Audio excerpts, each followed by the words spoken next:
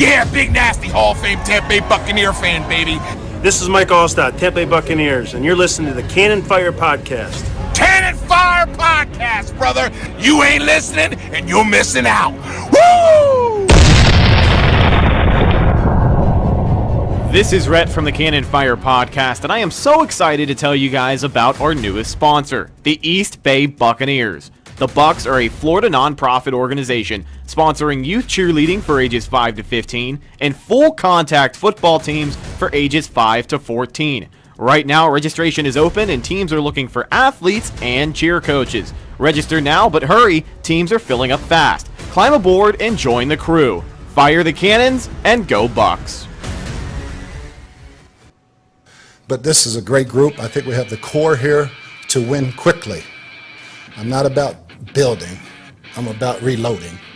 And with that, I can't say how excited I am to be a Tampa Bay Buc.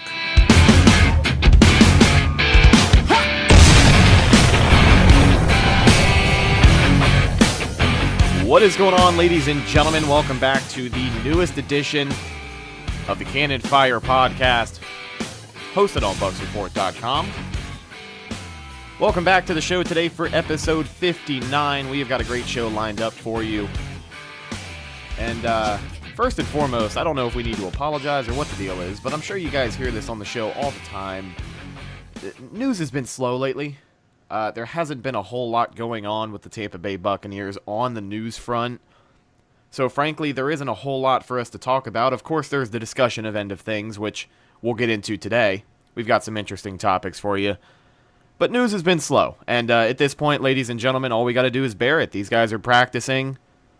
They're back in the building. Haven't entirely put the pads on yet, as far as I know. But we're getting there. Things will pick up. And as soon as they do, we'll be making sure we're on top of all of that great Bucs content for each and every one of you. But welcome back to the show. If you're new around here, I am your host, Rhett. Joined alongside me, as always, my good buddy and co-host, Mr. Bucs Football, Evan. Evan, how are you doing today, man? I'm doing just fine. How are you? I'm doing good. I'm hanging in there. Like I said, things have been pretty slow with the Bucs. There hasn't been a whole lot going on news-wise, you know. I think ever since the Sue signing, things have really kind of slowed down.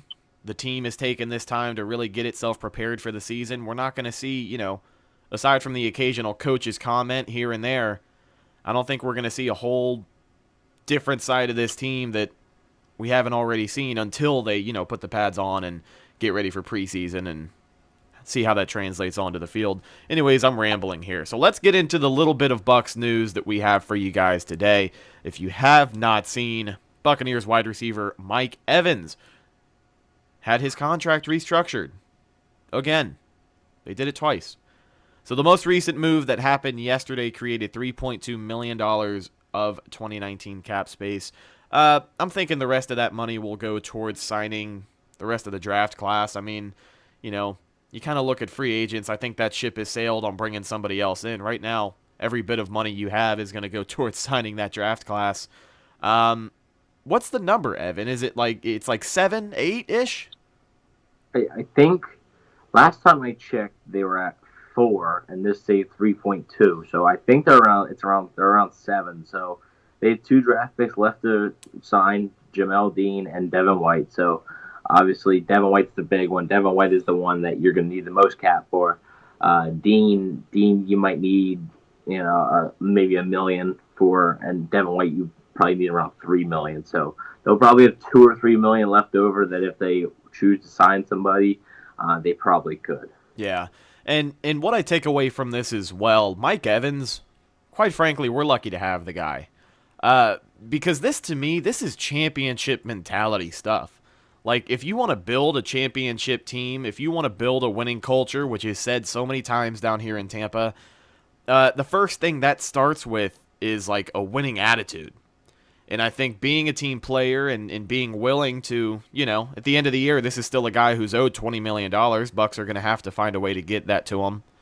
But for him to be so accepting is to not only restructure his contract once, but twice, and be the best player on the team, I think we're really, really lucky to have a guy like Mike Evans. I like what he's doing out there. Well, I mean, it's something that Jason Light hasn't really done much of. before this year. I don't really believe he's done much restructuring of contracts because he doesn't really like to do that. The other thing he doesn't like to do is now restructuring is different from taking a pay cut, right? Right. Restructuring is Mike Evans is still going to get all of his money. It's just in a different form. So, and it's going to be at different times. A pay cut is a pay cut, which is like Bo Allen. Bo Allen took a pay cut. That wasn't a restructuring. That was a pay cut. He took $1 million pay cut. In return, the Bucs got rid of 1 year off his deal. So now he's a free agent this year instead of next year. So Jason Light typically doesn't like to do that, and especially with pay cuts, because he says that his belief is he doesn't want a player to not be motivated because he's making less money. And I know some fans are going to say, well, that's dumb, but every GM has their own philosophy on things, and that's his on pay cuts. So that's why everybody says, oh, Brady can take a pay cut, this guy can take a pay cut. Yeah, but Jason Light typically won't ask them to do that. I think this is the first offseason in a while we've started to see stuff like that where money is moved around in just a much different way than we're used to. It's because this is the first offseason they haven't had money. So this is the first offseason in Light's tenure where they probably haven't had at least like $35 million each offseason. So money has never been a problem. And credit Jason Light for drafting well, because drafting well is it's starting to catch up. You sign Mike Evans, you sign Ali Marpet, you sign Donovan Smith. You give Jameis Winston a fifth-year option, so that in turn is going to end up hurting you in the long run. They couldn't keep Quan Alexander, they couldn't keep Adam Humphries, and now they couldn't keep Gerald McCoy, obviously. So they replaced McCoy with a very good player, but it's starting to catch up now. And next offseason they're going to have a little bit more money, but the better Jason Light keeps drafting, the less money they're going to have. Now, this next offseason, they might have some money because, and it's sort of an unfortunate part, they might have some money because the 2016 draft class is due for contracts. And the 2016 draft class has been extremely disappointing. Roberto Aguayo isn't even on the team now. Caleb Bennock's not likely to come back. If he does, it'll be a very little deal. Noah Spence, a big prove-it year. If he doesn't do well, he could not be back. The Bucs picked up Vernon Hargreaves' fifth-year option, but that does not mean that he can't be cut. And I was going to ask you, too. You had brought up, kind of looking at the money situation and the free agency situation, especially with contract time coming up. This time next offseason, I believe Jameis Winston is owed money. Mike Evans will be owed money. Those are two of your biggest contracts on the team. So just how different do you think this team will be after next season or next offseason? It all depends on how Jameis Winston does, because if he performs well, he's going to get a big extension. And if he doesn't, they're going to be looking for a new quarterback. So that really depends. And in I see a lot of people, well, that'll wipe out a lot of their money. Yes and no, because yes, the cap hit might say that Jameis Winston is making $31 million or whatever each year. Not this year. This year he's making around 20, 21. But next year, if he signs a new deal, it might be like $31 million a year. That's not exact. So the Bucs would project to have like $60 million. So that's not minus 31. Like it's a big chunk, but it's not completely minus 31. Oh yeah. I believe it's a certain percentage of the actual cap hit rather than the what he's being paid yearly. So, but the Bucs have Jameis Winston, they have Noah Spence, DeMar Dotson, I believe. They now have Bo Allen, and they signed every free agent that they signed was pretty much a 1-year deal. So if any of those guys perform, they might have to look at giving them new contracts. And Carl Nassib, if he performs, he's a free agent after this year. So you got to get him a new contract. So we'll see what happens. I do think that the Bucs are going to go into the next offseason with a little bit more money, even if they re-sign. Let's say they re-sign Winston, they re-sign Dotson, Nassib, and somebody else, and Spence, let's say, and they keep Hargreaves. They'll still walk into free agency with $21, $22 million or so, probably. I'm not saying they're going to spend it all, but they'll have a little bit more wiggle room. So yeah. Don't expect people to do this often with the restructuring and the pay cuts, but this year especially, it had to be done. And it's a good thing that he recognized that because this route is much better than getting rid of a guy like Cameron Brate, getting rid of a guy like DeMar Dotson. This way is much better than getting rid of those guys. And one of the things that I had said, I think weeks and weeks ago before free agency had really kicked off, was just the idea that the Bucs were working with not a whole lot of money, so they're going to have to do stuff that they wouldn't normally do to make some of these things happen. I'll jump into those one-year deals you had brought up in a second, but another thing too, I had brought up Cameron Brate being shipped off in like a package deal. Yeah. And I mean, to kind of avoid a situation like that is great because you and I both know, and I'm sure everyone listening, Cam Brate is a great talent, and you don't really want to lose him in that fashion. Sorry, what were you saying? No, it's fine. One of the biggest things next offseason is going to be what happens with Jason Pierre-Paul. Because they can get out of it and save about $14 million or so. And who knows? That could lead to a lot of cap space. So we'll see what happens here. Like you said, though, in any other offseason, they probably wouldn't consider trading Brate. I mean, Light found Brate off the street. They gave him a big extension. They love him behind Howard. They love him as a 2 tight end set. I mean, he's one of Winston's favorite red zone targets, but at the time, I'm sure there were teams calling the Bucs about Cameron Brate, Oh, yeah, no doubt.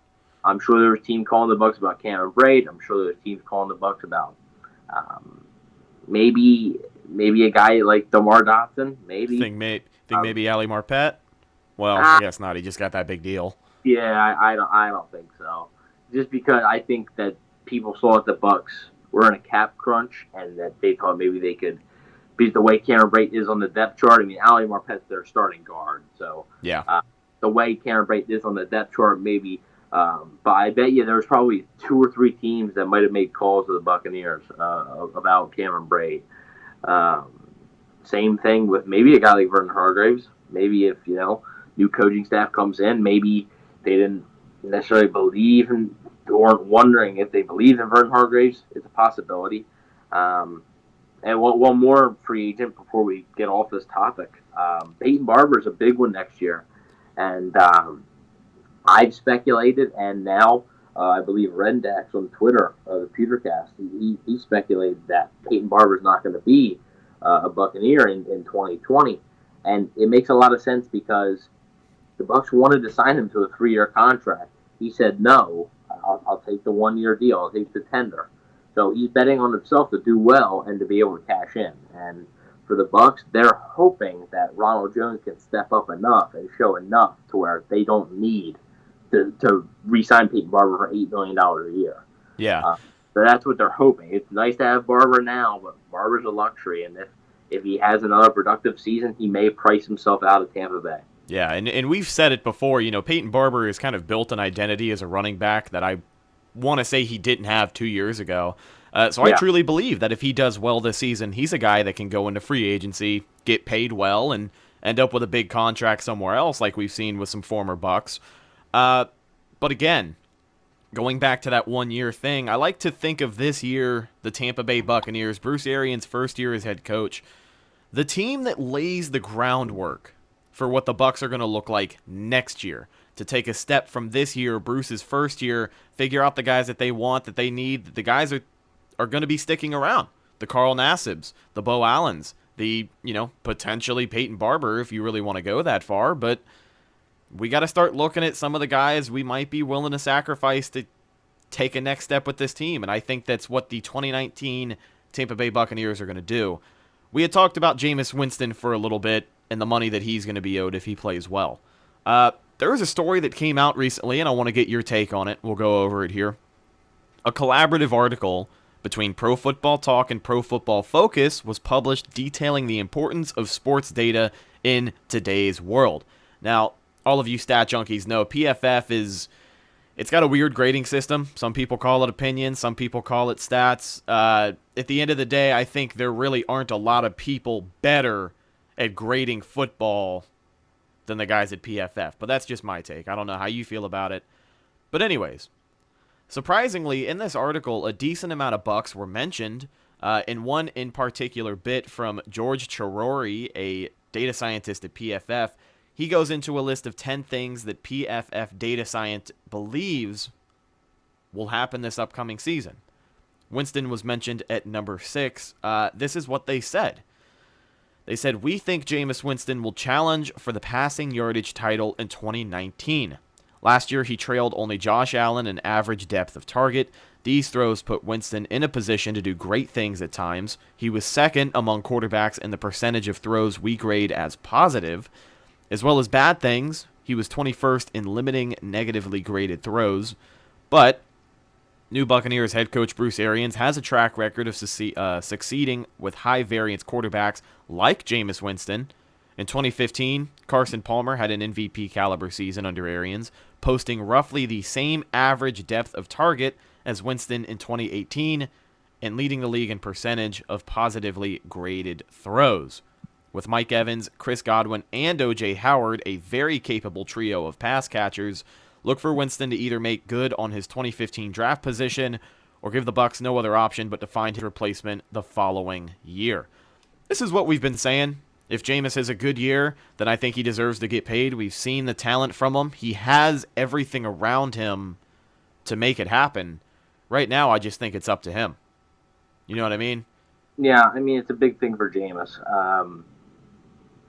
I haven't seen that article myself. I'm not the biggest Pro Football Focus fan. I believe a lot of other things are just sort of guessing. I mean, I know there's a lot of people like yourself out there that like it, and I understand why. I mean, it is informative data, but I feel like a lot of their overall grades just don't really make a lot of sense to me. No, I get you on that front. There's different categories to the grades of how they grade out who's better than who that doesn't exactly make sense. Yeah. But in this instance, I can kind of see the stats that they're bringing up, and I like it. I like to hear that.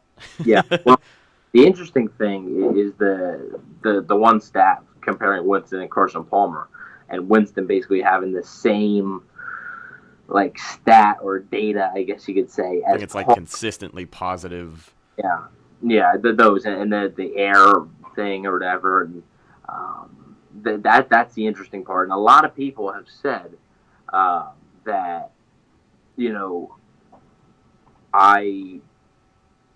a lot of people have said that Winston, I mean, what was he, 21st in most dangerous or something like that? What was it? 21st in limiting negatively graded throws. Okay, so a lot of people have said, Jameis will flash and then he'll do a boneheaded play, and that's the biggest thing. And a lot of people are saying Jameis Winston could be in for a big year because of Bruce Arians. Carson Palmer, Andrew Luck, Ben Roethlisberger, Peyton Manning. I know Ben Roethlisberger and Peyton Manning are likely Hall of Famers, and that's a whole different story. But all these guys were sort of at the beginning of their careers. It's not like they were already established. Carson Palmer was established. Andrew Luck, it was his rookie season. Peyton Manning, I believe it was either his rookie season or like his first or second. I think it was like his first 2 or 3 years. And Ben Roethlisberger, it was like his first 3 years. So, I mean, they're not like already established quarterbacks really. So I do think Arians could have success. Jordan Reed on Twitter is a guy who I respect and like a lot. He's a draft analyst for the Draft Network. He does a lot of draft work, and he also says he puts a lot of like NFL opinions out there. He tweeted out, I believe, yesterday, and he said, "What is your one bold NFL prediction for the NFL season?" And a lot of people were saying it. And somebody asked him his, and he said he believes that Jameis Winston is going to have. He's a Vikings fan, but he said that he believes that Jameis Winston is going to have a career year because a big reason why is the talent's there and Bruce Arians. So if that happens, this Bucs team should be able to make the playoffs. If it doesn't, they'll win 3 games. So, I mean, we want to talk about, Ndamukong Suh and,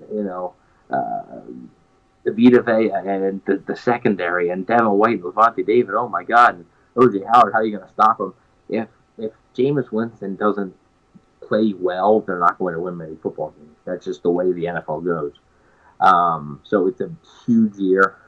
It's a huge year for a lot of Buccaneers, but it's the biggest year for out of anybody for Jameis Winston because quarterback is the most important position you can have on a football team. So that if that article says anything, it should have Bucs fans optimistic. But I would take a wait and see approach. And even in the preseason, if he looks good, that's great. But he's looked good the last 2 preseasons, and then his seasons have been kind of underwhelming. So Yeah. we'll see. Well, I think when we look at the mistakes that Jameis makes, the first thing that comes to mind is the Cincinnati game from last year. That was probably... That was an exception. That was just one of the worst games ever. He's been bad in games. That was the worst. I think that was probably the worst game of his career. One interception in particular, I want to say he threw it to Vontaze Burfict. I feel like he just forgotten how to play football. He rolled out, looked around, looked directly at the linebacker, and tossed it straight to him. Well, the thing was that when you look on the film, it appeared that he kind of slipped because the biggest problem with Winston is his footing. That's one of the biggest issues with his mechanics. Yeah, he does get excited. So what happened was when he was rolling out, he went back and he sort of went on his back foot, and his back foot kind of slipped, so he just threw it.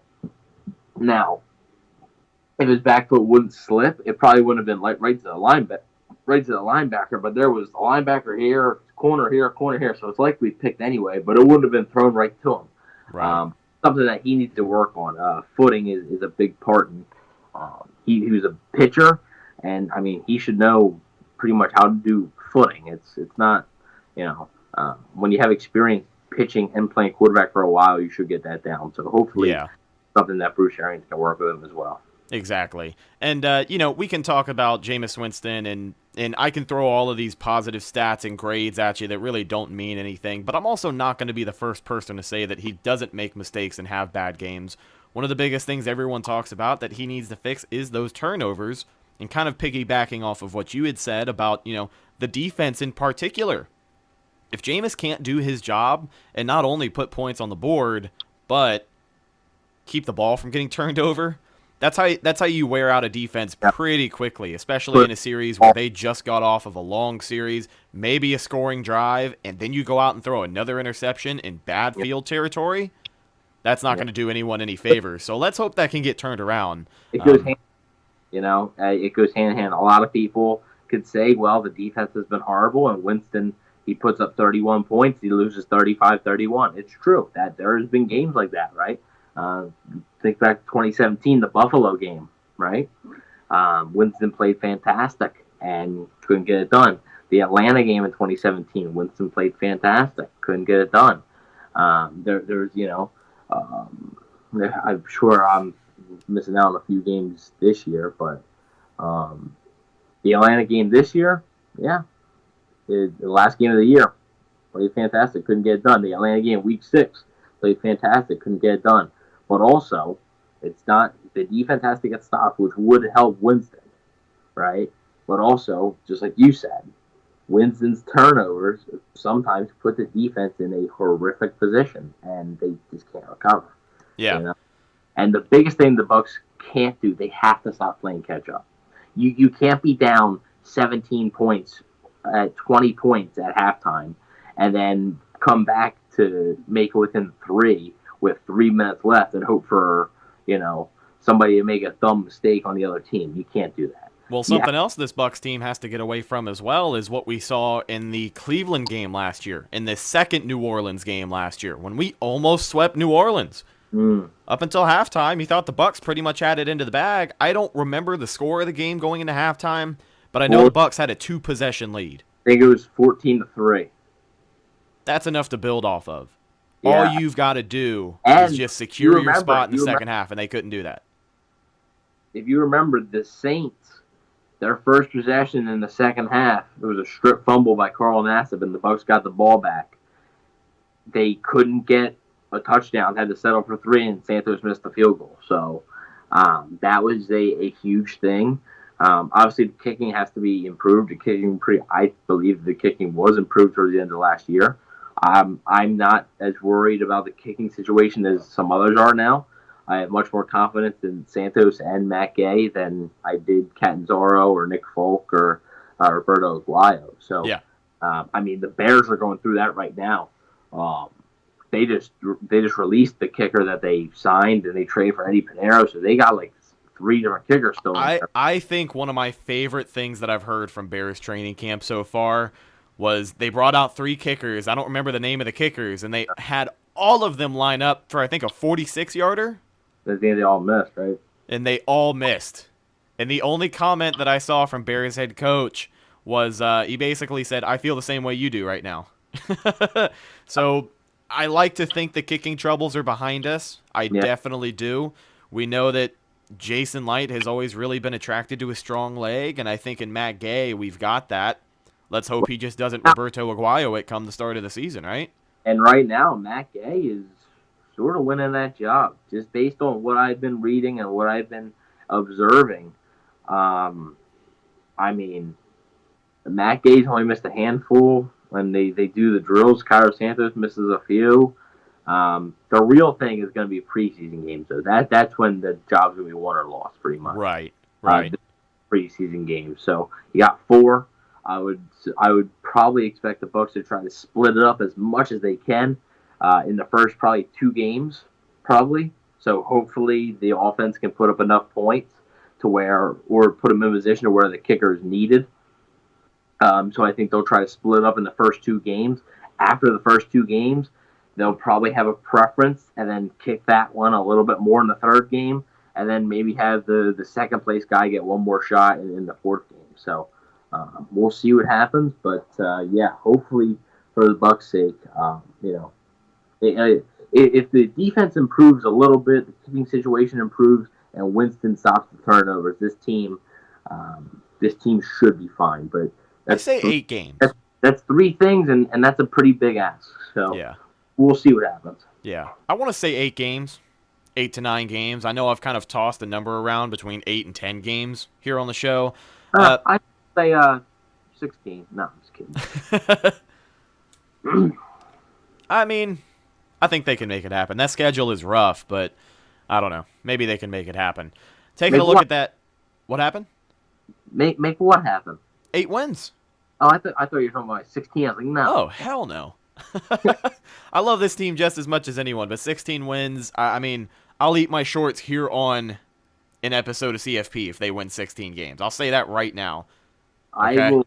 You can, if they win more than 10 games, I will. If they win 11 games or more, you can tell me to put anything in a blender, I'll do it and drink it. Are you serious? So even if they go 10-6 and win a playoff game, that doesn't meet the blending criteria for you? No, they had to win 11 regular season games. That's a tough ask. I hope they can do that. I really want to see that. I've got some interesting ideas for some smoothies you can try out. If they go 11-5 or better. All right, so you heard it here first, ladies and gentlemen. If the Buccaneers win 16 games, I will eat my shorts. And if the Bucs win 11 games, Evan will drink whatever you want him to. So we'll definitely keep that idea open. Oh, man, I hope you're not eating your words here in 8 months. I hope not.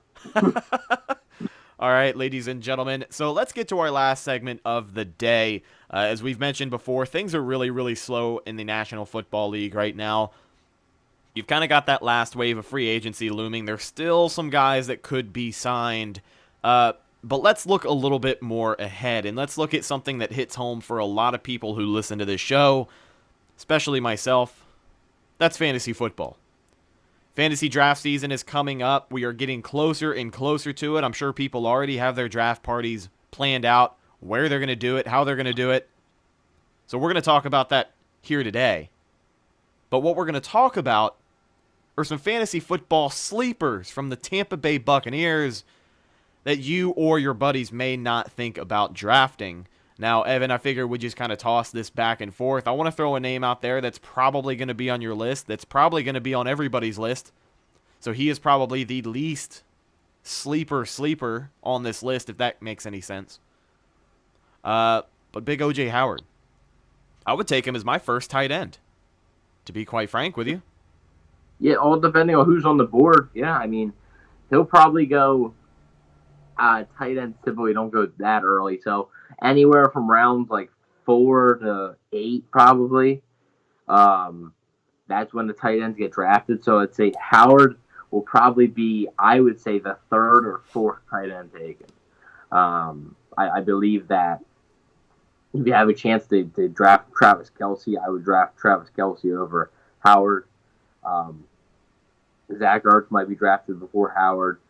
And then you might get into O.J. Howard or, there's a few other guys. Kyle Rudolph's good, but I wouldn't draft him before O.J. Howard. This might be my bias coming out here, but I would draft O.J. before Zach Ertz. I don't know. It's Zach Ertz gets a lot of receptions. The only problem is points. Yeah, the only problem OJ gets more touchdowns, and Zach Ertz gets more receptions. So we'll see. But Philly also has a lot more weapons this year, so who knows? One of my sleepers is, he might actually, if you're in need of like a flex kinda, Rashad Perriman might put up some flashy stats this year. And I'm not talking about for a full 16-game season, but I feel like there's going to be 2 or 3 games where he does really well this season. And I'm not saying the Bucs are going to win those games, but I think he could put up 10 to 15 points for you if you need him. But just got to see how he's used, really. Yeah, but the real guy that I'm focused on right now is Ronald Jones. I feel like in some leagues, Ronald Jones might go undrafted, and if he does, you should absolutely pick him up because he's going to get more opportunities this year, and hopefully the offensive line is improved. But he should probably go anywhere from like rounds like 8 to I don't know how many rounds normally do, but what is it, like 15 or something, 14? Yeah, I think normally 15. Yeah, he'll go anywhere from like probably like 8 to like 15. Like it's like a wide range, but realistically, I think like a lot of people are gonna be looking at it and be like, if he's in like the 12th round, I'll pick him. And if you're sitting there in the 10th round or so, in the 11th round, and you possibly need a backup running back or you might need a flex guy, I would pick Ronald Jones. Yeah, and something else to think about too with how Ronald Jones is going to be used. This is a year we pretty much know he's going to be force fed the ball. Like, he's going to get the ball no matter what. And I think that's something, consistency-wise, if you want that, if he's getting 20 carries a game, that's going to translate to something, even if he's not your starter. But then you think about how he could possibly break out. I think our buddy Trevor Sikkema said it on Twitter the other day. He was looking at some O.J. Howard film from when he was in at USC. When he had room to run, when he had something going on, he was gone. Like, it was, he made the play. And I know the NFL is a much different capacity than college football, especially if you play for USC. But I don't know, man. I think we're going to see something from him this year that's going to change a lot of people's minds. You have O.J. Howard on the mind, or what's up? Why? What's up? You said he was watching some O.J. Howard tape from USC. Did I say O.J. Howard? I meant to say Ronald Jones. I'm sorry. Yeah, maybe I do keep thinking about O.J. Howard. He's tough to forget about, I was watching. I actually saw a play pop up the other day. His touchdown against Philly. Mm-hmm. Dude, take a look at how quickly he comes off the line at the start of the play. Like, his first step as a tight end, and just how quick he is. Oh, my God, dude. I know, I think if I have to make a rough comparison to any other tight end, I think he looks a lot like George Kittle in the sense that he's pretty fast. Really good, yeah. Yeah. George Kittle's another name. I mean, he's not a Bucs player, but if he's not taken in your first top 5 tight ends, he's pretty good. Yeah. Yeah, he should be taken in the top 5 tight ends. Yeah, he's good. So Ronald Jones, I'm not saying he's going to light the world on fire, but I do believe that, he's going to do just fine. And, I mean, he might not at first. I wouldn't expect immediate results, but as the season progresses, I feel like he's going to get more touches. So, no, I got you. So I've got one more fantasy sleeper for everybody, and I'm sure if you've got one more or a few more, you can toss those. Not toss them, but toss them out here in a second. and I'm going out on a limb to say this, I am putting my reputation and my credibility on the line, not to say that I had any before. I think that's what you're doing. I think I know what you're doing. Go ahead. I think you know what I'm doing, too. Not your first choice. Not going to be your first choice. This is going to be what you keep on the bench when your starters have a bye week. I think the Buccaneers defense as a whole. Yep. I think the Bucs defense as a whole Got it right. could see, I mean, we've seen some improvement where we've needed to see some improvement. You found your replacement in Quan Alexander with, arguably, he hasn't played a snap, so you can't say a better player, but Devin White, who could very well fit into this system a lot better than Quan ever could have.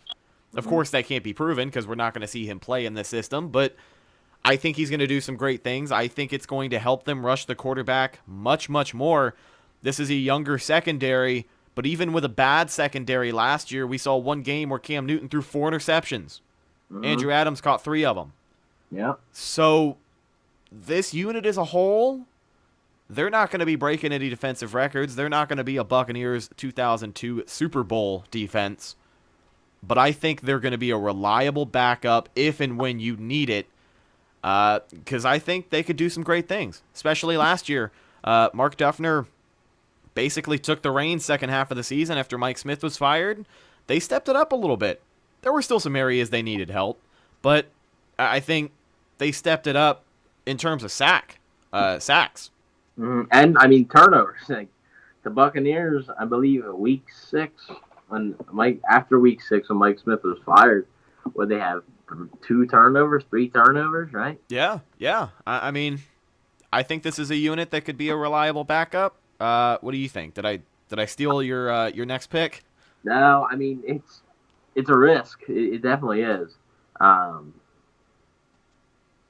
as big of a risk as drafting Le'Veon Bell first overall last season. And even bigger risk to reject my trade offer. When I offered you a fair contract too, and you said no, I think he's going back. I said all right. That's why I hate him even more now. Like I don't hate him as a person. I kind of see what he did, even though he took less money to run with New York. Even that's exactly what he said he wouldn't do one time. But I think I have that animosity towards him for screwing me over in fantasy last year. I think I only won 1 game. So if anybody deserves the big shiny belt that says worst fantasy player, it's probably me right now. Hey, I didn't do that good either. So one more player I'll put. I mean, sort of obvious but kind of forgotten, I guess, is Cameron Brate. Like I said, he's one of Jameis Winston's favorite red zone targets. Best believe that in the red zone, Cameron Brate's going to probably be in there sometimes, and Jameis Winston is going to look to him an awful lot. So I believe that Cameron Brate could score you as a backup tight end. If you need somebody on a bye, he's going to be available in the 9th, 10th, 11th round. If you need somebody to score, 8, 9 points, 10 points, I believe that Cameron Brate would be able to do it. But also, guys, our fantasy draft probably coming up in about like a month and a half or so, maybe. We normally do it the late July, early August. So what will happen is I create a league. It is run by me. It's me, Rhett, and probably do 10 teams, I think. So 8 other Bucs fans get to be in this league, and just it's for fun. It's no money. It's on NFL.com. And what we'll do is during the draft, we will live stream the actual draft. So you'll be able to see, like, if you want to go back on the channel here and go see where Rhett made that mistake of drafting Le'Veon Bell. Oh, you can. You can see it in all of its glory. I believe 720p as well. Yeah. Full HD.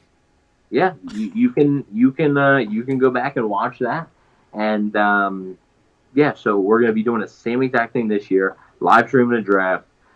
We're gonna make our picks, and then it'll just be us explaining our picks, and it'll be live reaction from us. So, somebody goes bonkers and picks the Buccaneers defense in the 2nd round, it'll probably be Rhett, but we'll see what happens. I'll plead the 5th on that one.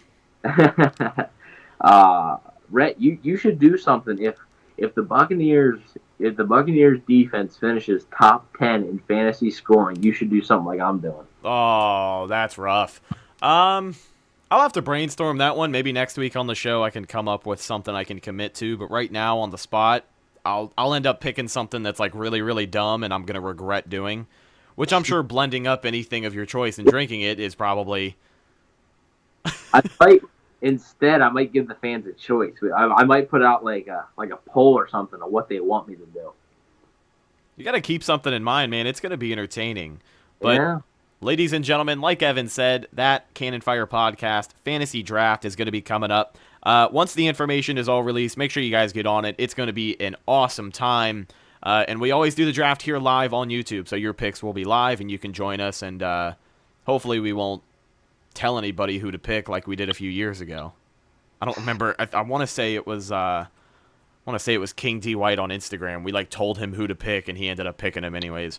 So I remember I literally I got Drew Brees from like Matt Ryan and like a shout out on Instagram. Oh yeah. I remember that. So, speaking of shout outs, before we get out of here for the day, I do have some shout-outs I've got to do. First and foremost, Bucs Planet on Instagram. That is BucsPlanet. And then my buddy Austin Buchanan. Surprisingly enough, me and Austin went to elementary school together, and we've kind of reconnected these past few years thanks to social media. But you can follow him at NotAustinB17. NotAustinB17. Now, you might be asking yourself, why the hell is he shouting out these random people? And let me tell you, that's because Creative Loafing Tampa Bay has a contest called Best of the Bay. And right now, nominations are open where you can vote for literally anything you want. You have a best local restaurant, best local radio show, best local podcast. Make sure you head over to Creative Loafing Tampa Bay and nominate Cannon Fire Podcast. I'm shouting these guys out because they sent me the information where they voted for us. And I really appreciate that. So make sure you get those nominations in. I believe they close June 26th. That is Creative Loafing Tampa Bay. And make sure you get that going there. Because to win Best of the Bay, Best Local Podcast would be really, really awesome. So, I don't think I have anyone else to shout out. With that being said, thank you so much for listening to this episode of the Cannon Fire Podcast. Whether you are watching with video on YouTube or BucsReport.com. Like I said last week, I don't have the paper in front of me, so it's hard to remember the remember the script here. Right there. You can follow the show on social media. We are on Facebook, Instagram, and Twitter. All of those are Cannon Fire Podcast. Twitter is just Cannon Fire Pod, but a lot of great content as well over there. Make sure you check out our buddies at BucsReport.com for some of the best coverage in the game. And last but not least, let me shout out our sponsors, the East Bay Buccaneers. Tampa Bay Youth Football East Bay Buccaneers, probably the best team in the league right now, located in Riverview, Florida. Registration is still open for them, so they offer full contact football teams for ages 5 to 14 and not full contact cheerleading, but they offer cheerleading squads for ages 5 to 15. So make sure you check that out if you're looking for something good for your kid this fall. Definitely a great way to go. eastbaybucks.org. What were you saying, Evan? Probably the best football team in the whole state of Florida. Oh, yeah, no doubt. This is a team that, I mean, they have an age group that goes to the Super Bowl every single year and wins it. Like, this is, even when I was growing up, when I was in elementary school and I had friends who played for the East Bay Buccaneers, they were constantly undefeated. So if you're looking for something good for your kids this fall, make sure you hook that up. Registration is still open as far as I know. The teams are filling up fast, so make sure you go check that out. But ladies and gentlemen, that's just about it. Thank you so much for listening. We appreciate you. We'll see you next week, or maybe the week after that, whenever content picks up. But again, thank you guys for listening. Without further ado, I am Rhett, signing off for Evan. We'll catch you next time. Go Bucs!